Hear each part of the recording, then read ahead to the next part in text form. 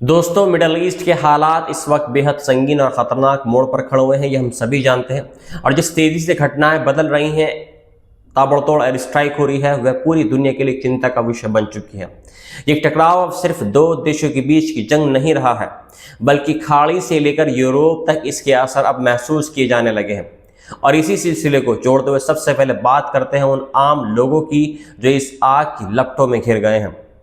बांग्लादेश के विदेश मंत्रालय ने पुष्टि ये की है कि ईरानी मिसाइल और ड्रोन हमलों के दौरान 2 बांग्लादेशी नागरिकों की मौत हो गई है। संयुक्त अरब अमीरात में साहले अहमद नाम के एक ट्रक ड्राइवर जो सिलहट से ताल्लुक़ रखते थे, एक ईरानी ड्रोन के मलबे की झपेट में आकर मर गए हैं। वहीं बहरीन के सलमान इंडस्ट्रियल एरिया में एस.एम. तारिक नाम के एक और बांग्लादेशी नागरिक की जान चली गई है जब इंटरसेप्ट की गई मिसाइल का मलबा नीचे गिरा और वहां तबाही मच गई। इसी घटना में 2 और बांग्लादेशी लोग इसमें घायल हुए हैं, जिनका इलाज अस्पताल में जारी है। कुवैत में भी ड्रोन हमले के बाद 4 बांग्लादेशी नागरिक घायल हुए हैं, लेकिन उनकी हालत स्टेबल बताई जा रही है।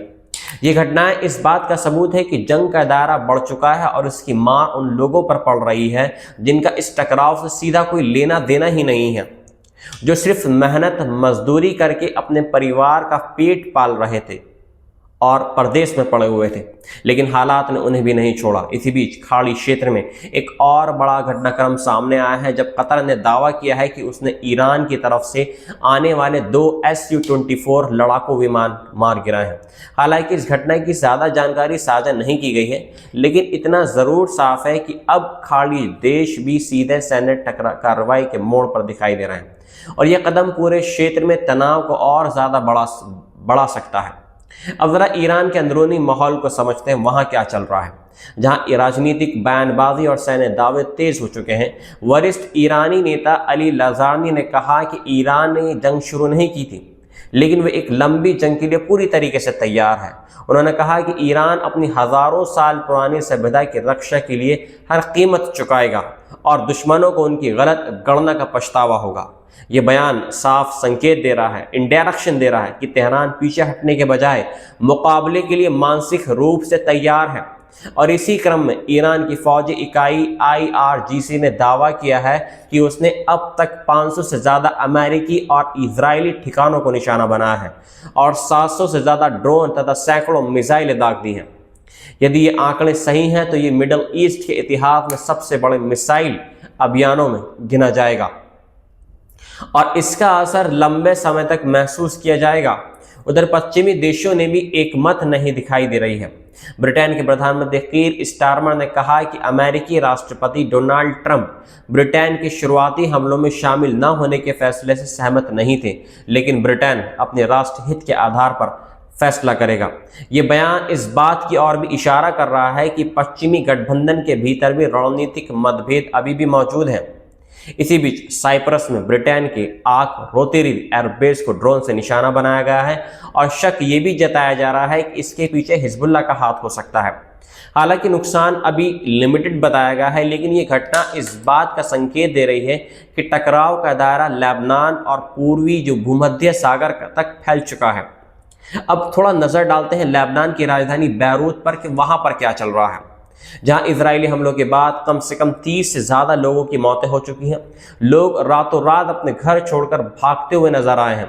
एक महिला कह रही है, एक और बोल रही है रोते हुए, हम जंग से बहुत थक चुके हैं, हमें सिर्फ अमन चाहिए। बच्चों को गोद में उठाए लोग सड़कों पर भागते दिखाई दे रहे हैं और हालात बेहद अफरा तफरी वाले हो गए हैं। अमेरिकी रक्षा मंत्री ने कहा कि इस सैन्य अभियान का मकसद ईरान की मिसाइल क्षमता को ख़त्म करना है और ये कोई अंतहीन जंग नहीं होगी, लेकिन उन्होंने ये भी स्वीकार किया है कि आगे और जाने जा सकती हैं, लोग इसमें मर सकते हैं। रिपोर्ट्स के अनुसार ईरान में सैकड़ों लोग मारे जा चुके हैं, जिनमें एक स्कूल की बच्चा भी शामिल है, जो इस टकराव की भयावहता को दर्शाता है। इजरायली सेना ने लेबनान के 18 कस्बों और गांवों को खाली करने का आदेश जारी कर दिया है और कहा है कि इन इलाकों का इस्तेमाल हिजबुल्लाह कर रहा है। इससे साफ है कि ज़मीनी स्तर पर भी संघर्ष तेज हो रहा है। अब ज़रा थोड़ा हम ऊर्जा की तरफ, जो ऊर्जा बाजारों की तरफ रुख करते हैं, जहां हालात और भी चिंताजनक हो गए हैं। कतर एनर्जी ने रास लाफान प्लांट पर ड्रोन हमले के बाद गैस उत्पादन अस्थायी रूप से रोक दिया है। ये प्लांट दुनिया की सबसे बड़ी LNG आपूर्ति का एक सोर्स है और इसके बंद होने से यूरोप में गैस की कीमत लगभग दोगुनी हो जाएंगी। साथ ही स्ट्रेट ऑफ हॉर्मुज के बंद होने की आशंका ने पूरे वर्ल्ड के अंदर ऊर्जा बाजार को अस्थिर कर दिया है। अगर ये रास्ता रुकता है तो दुनिया की ऊर्जा सप्लाई गहरा सकती है और असर पड़ेगा महंगाई पर, चीज़ें महंगी हो जाएंगी। कुल मिलाकर यह टकराव अब सिर्फ क्षेत्रीय नहीं रहा है बल्कि एक पूरे वर्ल्ड का एक वैश्विक रूप ले चुका है। इसी गूंज राजनीतिक, अर्थव्यवस्था, सुरक्षा और आम नागरिकों की जिंदगी तक सुनाई दे रही है। आने वाले दिन ये तय करेंगे कि क्या हालात और बिगड़ेंगे या कूटनीतिक रास्ता निकलेगा। लेकिन फिलहाल हालात ये बताते हैं कि मिडल ईस्ट एक बार फिर एक बहुत बड़े एक जियोपॉलिटिकल बदलाव के रूप से गुजर रहा है और पूरी दुनिया की नज़र इस क्षेत्र पर टिकी हुई है। दोस्तों, मिडल ईस्ट के हालात इस वक्त बेहद संगीन और ख़तरनाक मोड़ पर खड़े हुए हैं, ये हम सभी जानते हैं। और जिस तेज़ी से घटनाएं बदल रही हैं, ताबड़तोड़ एयर स्ट्राइक हो रही है, वह पूरी दुनिया के लिए चिंता का विषय बन चुकी है।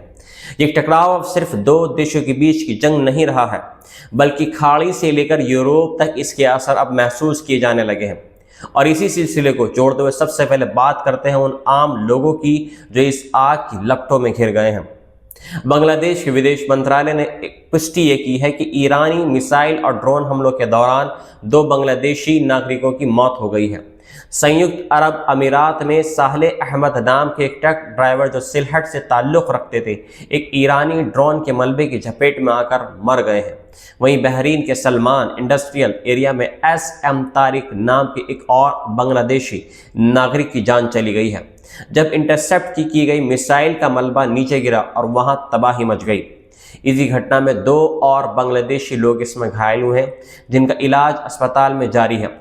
कुवैत में भी ड्रोन हमले के बाद 4 बांग्लादेशी नागरिक घायल हुए हैं लेकिन उनकी हालत स्टेबल बताई जा रही है।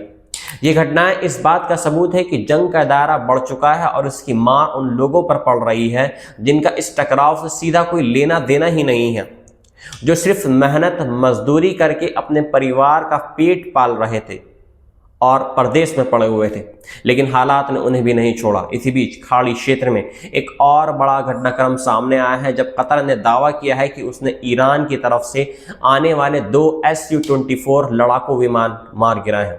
हालांकि इस घटना की ज़्यादा जानकारी साझा नहीं की गई है, लेकिन इतना ज़रूर साफ है कि अब खाड़ी देश भी सीधे सैन्य कार्रवाई के मोड़ पर दिखाई दे रहे हैं और यह कदम पूरे क्षेत्र में तनाव को और ज़्यादा बढ़ा सकता है। अब जरा ईरान के अंदरूनी माहौल को समझते हैं, वहां क्या चल रहा है। जहां राजनीतिक बयानबाजी और सैन्य दावे तेज हो चुके हैं। वरिष्ठ ईरानी नेता अली लाजारनी ने कहा कि ईरान ने जंग शुरू नहीं की थी लेकिन वे एक लंबी जंग के लिए पूरी तरीके से तैयार है।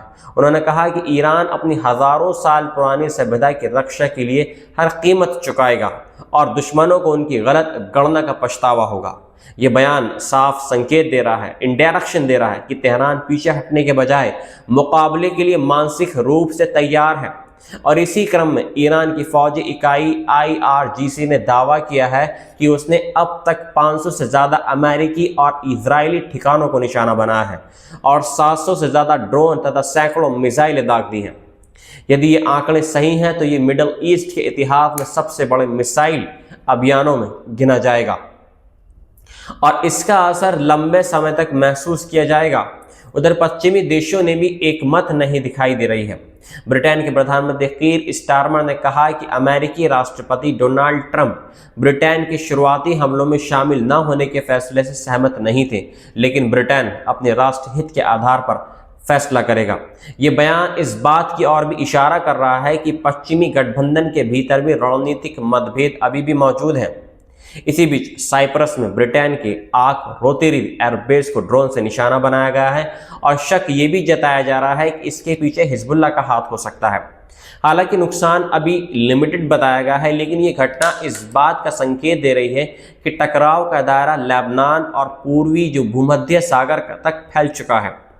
अब थोड़ा नजर डालते हैं लेबनान की राजधानी बैरूत पर कि वहां पर क्या चल रहा है, जहां इजरायली हमलों के बाद कम से कम 30 से ज़्यादा लोगों की मौतें हो चुकी हैं। लोग रातों रात अपने घर छोड़कर भागते हुए नजर आए हैं। एक महिला कह रही है, एक और बोल रही है रोते हुए, हम जंग से बहुत थक चुके हैं, हमें सिर्फ अमन चाहिए। बच्चों को गोद में उठाए लोग सड़कों पर भागते दिखाई दे रहे हैं और हालात बेहद अफरा तफरी वाले हो गए हैं। अमेरिकी रक्षा मंत्री ने कहा कि इस सैन्य अभियान का मकसद ईरान की मिसाइल क्षमता को खत्म करना है और ये कोई अंतहीन जंग नहीं होगी। लेकिन उन्होंने ये भी स्वीकार किया है कि आगे और जाने जा सकती हैं, लोग इसमें मर सकते हैं। रिपोर्ट्स के अनुसार ईरान में सैकड़ों लोग मारे जा चुके हैं, जिनमें एक स्कूल की बच्चा भी शामिल है, जो इस टकराव की भयावहता को दर्शाता है। इजरायली सेना ने लेबनान के 18 कस्बों और गांवों को खाली करने का आदेश जारी कर दिया है और कहा है कि इन इलाकों का इस्तेमाल हिजबुल्लाह कर रहा है। इससे साफ है कि ज़मीनी स्तर पर भी संघर्ष तेज हो रहा है। अब ज़रा थोड़ा हम ऊर्जा की तरफ, जो ऊर्जा बाजारों की तरफ रुख करते हैं, जहां हालात और भी चिंताजनक हो गए हैं। कतर एनर्जी ने रास लाफान प्लांट पर ड्रोन हमले के बाद गैस उत्पादन अस्थायी रूप से रोक दिया है। ये प्लांट दुनिया की सबसे बड़ी LNG आपूर्ति का एक सोर्स है और इसके बंद होने से यूरोप में गैस की कीमतें लगभग दोगुनी हो जाएंगी। साथ ही स्ट्रेट ऑफ हॉर्मुज़ के बंद होने की आशंका ने पूरे वर्ल्ड के अंदर ऊर्जा बाजार को अस्थिर कर दिया है। अगर ये रास्ता रुकता है तो दुनिया की ऊर्जा सप्लाई गहरा सकती है और असर पड़ेगा महंगाई पर, चीज़ें महंगी हो जाएंगी। कुल मिलाकर ये टकराव अब सिर्फ क्षेत्रीय नहीं रहा है, बल्कि एक पूरे वर्ल्ड का एक वैश्विक रूप ले चुका है। इसी गूंज राजनीतिक, अर्थव्यवस्था, सुरक्षा और आम नागरिकों की जिंदगी तक सुनाई दे रही है। आने वाले दिन ये तय करेंगे कि क्या हालात और बिगड़ेंगे या कूटनीतिक रास्ता निकलेगा। लेकिन फिलहाल हालात ये बताते हैं कि मिडल ईस्ट एक बार फिर एक बहुत बड़े एक जियोपॉलिटिकल बदलाव के रूप से गुजर रहा है और पूरी दुनिया की नज़र इस क्षेत्र पर टिकी हुई है।